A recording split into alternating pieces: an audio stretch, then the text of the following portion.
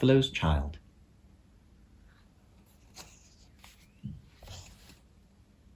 The Gruffalo said that no Gruffalo should ever set foot in the deep, dark wood. Why not? Why not? Because if you do, the big bad mouse will be after you. I met him once, said the Gruffalo. I met him a long, long time ago. What does he look like? Tell us, Dad. Is he terribly big and terribly bad?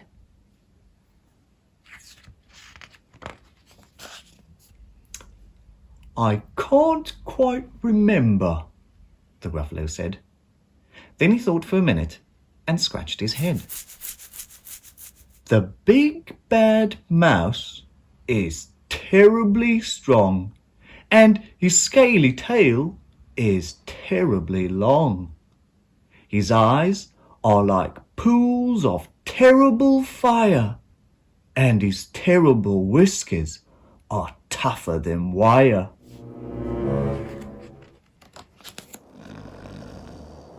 One snowy night, when the Gruffalo snored, the Gruffalo's child was feeling bored. The Gruffalo's child was feeling brave, so she tiptoed out of the Gruffalo cave. The snow fell fast, and the wind blew wild. Into the wood went the Gruffalo's child. Aha! Aho! A trail in the snow.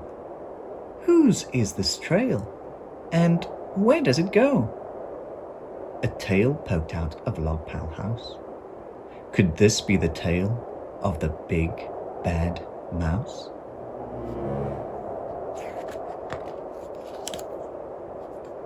Out slid the creature.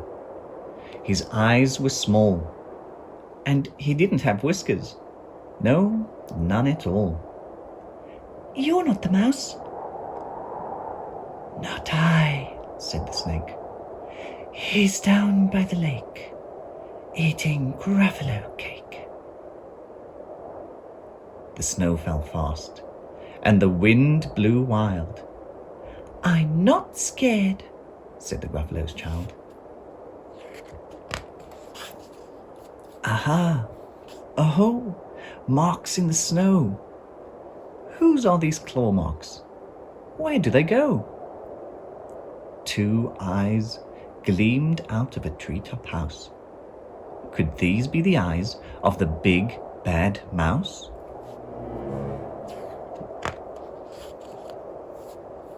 Down flew the creature. His tail was short, and he didn't have whiskers of any sort. You're not the mouse. Too-hoo! Not I. But he's somewhere nearby, eating Gruffalo pie. The snow fell fast, and the wind blew wild. I'm not scared, said the Gruffalo's child. Aha! Aho! A track in the snow. Whose is this track? And where does it go? Whiskers at last, and an underground house. Could this be the home of the big bad mouse?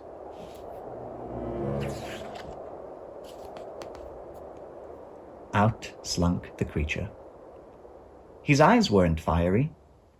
His tail wasn't scaly. His whiskers weren't wiry. You're not the mouse. Oh no, not me. He's under a tree, drinking Gruffalo tea. It's all a trick, said the Gruffalo's child, as she sat on a stump where the snow lay piled. I don't believe in the big bad mouse. But here comes a little one out of his house. Not big, not bad, but a mouse at least. You'll taste good as a midnight feast.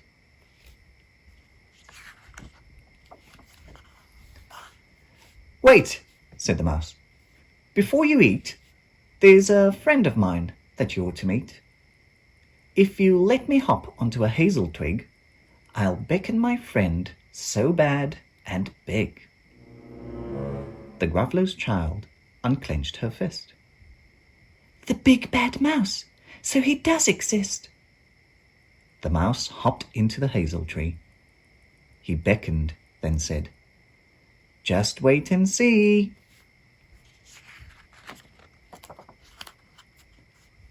Out came the moon. It was bright and round. A terrible shadow fell onto the ground.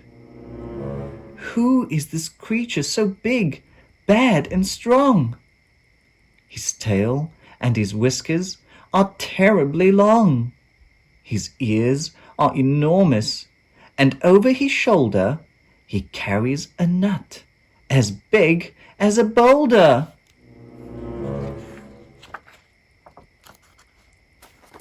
The big bad mouse! Yelled the Gruffalo's child. The mouse jumped down from the twig and smiled. Aha!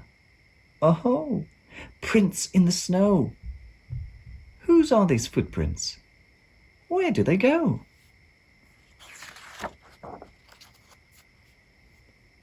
The footprints led to the Gruffalo cave, where the Gruffalo's child was a bit less brave. The Gruffalo's child was a bit less bored. And the Gruffalo snored and snored and snored.